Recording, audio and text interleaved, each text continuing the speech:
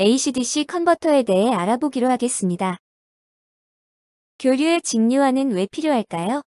가정이나 공장에 공급되는 전기는 220V의 높은 교류 전압인 반면 우리가 사용하는 전기 제품의 대부분은 12V나 5V, 3.3V의 낮은 직류 전압으로 동작합니다.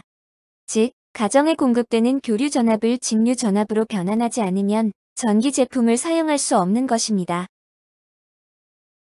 노트북, 휴대폰, 노트패드 같은 휴대용 제품은 별도의 직류 어댑터가 필요한데 이 어댑터가 바로 교류의 직류화 즉 AC/DC 컨버터 역할을 합니다. AC/DC 컨버터는 콘센트로부터의 교류 220V를 낮은 직류 전압으로 변환하는 장치입니다. TV, 세탁기, 에어컨 같은 가전제품은 교류 입력 케이블이 제품에 바로 연결되어 있어 마치 교류만 쓰는 것처럼 보이지만 제품 내부에 별도의 전원회로에 구성된 AC/DC 컨버터가 입력된 교류를 직류로 변환하여 제품 내부 여러 회로에 직류 전압을 공급하는 구조입니다. 교류를 직류화하는 AC/DC 변환 회로는 트랜스 방식과 스위칭 방식이 있습니다. 트랜스 방식은 AC 입력 감압용 트랜스와 브릿지 다이오드 그리고 평활용 콘덴서의 간단한 구성으로 필요한 출력 직류 전압을 만들어냅니다. 이러한 트랜스 방식은 스위칭 방식이 도입되기 전에 널리 사용되어 온 전통적인 AC/DC 변환 회로입니다.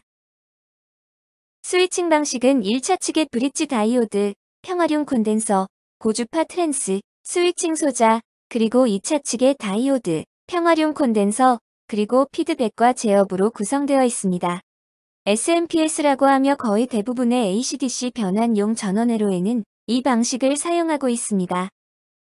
주변의 직류 어댑터나 휴대폰 충전기는 모두 스위칭 방식 전원 장치입니다.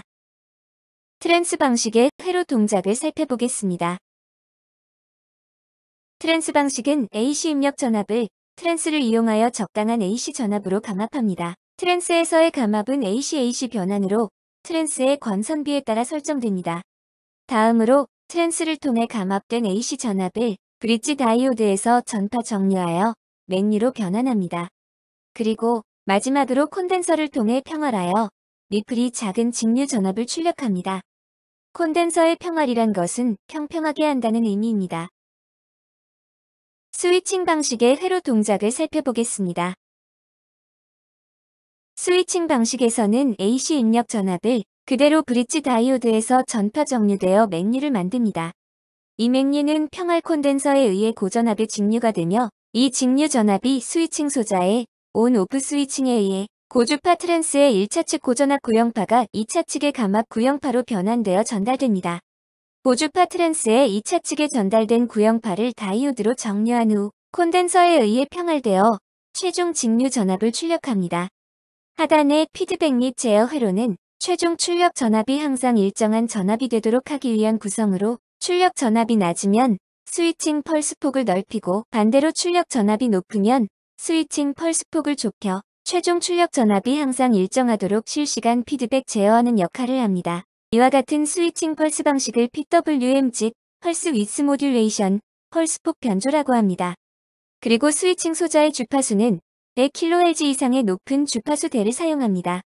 그 이유는 높은 주파수 대를 사용함으로써 트랜스의 소형, 경량화가 가능하기 때문입니다. 이와 같이 교류 입력을 전파 정류, 평활하여 고주파 트랜스를 이용 고속 스위칭하여 최종 직류 출력을 얻는 전원회로를 스위칭 모드 파워 서플라이 혹은 약어로 SMPS라고 합니다. 스위칭 방식은 트랜스 방식에 비해 스위칭 소자와 제어 회로가 있어 회로 구성이 복잡하지만 고주파 제어를 통해 작은 트랜스로 대응이 가능하므로 제품의 소형화라는 면에서 큰 장점이 있습니다. 그럼 실제 SMPS 회로를 보며 그 구성과 동작 흐름을 살펴보겠습니다. 본 회로는 온세미의 SMPS용 IC, NCP1200을 베이스로 한 AC/DC 회로로서 90V에서 260V의 풀볼트 교류 입력에 대해 6.5V, 600mA의 직류를 출력하는 회로입니다. 교류 입력을 전파 정류하기 위한 브릿지 다이오드와 고압의 맨유를 직류화하기 위한 평활용 콘덴서, 그리고 1차 측 구형파를 2차 측으로 감압하여 전달하기 위한 고주파 트랜스, 고압 직류를 고속 스위칭하기 위한 스위칭 소자, 2차 측 구형파를 직류화하기 위한 다이오드와 평활용 콘덴서, 최종 출력 전압을 일정하게 유지하기 위한 피드백 소자인 포토커플러, 그리고 피드백 값을 기준으로 스위칭 소자를 구동하기 위한 제어 IC로 구성됩니다. 고주파 트랜스를 기준으로 좌측의 교류 처리 영역을 1차측이라 하고 우측의 직류 처리 영역을 2차측이라고 합니다. 이렇게 분리하는 이유는 실제 사람의 손에 닿을 수 있는 2차측을 1차측과 정기적으로 분리하기 위한 것으로 안전과 관련되는 부분이므로 반드시 이러한 절연 구조로 설계되어야 합니다. 피드백을 위해 2차측에서 1차측으로 연결 구성되어 사용되는 포토커플러도 바로 이 이유 때문입니다.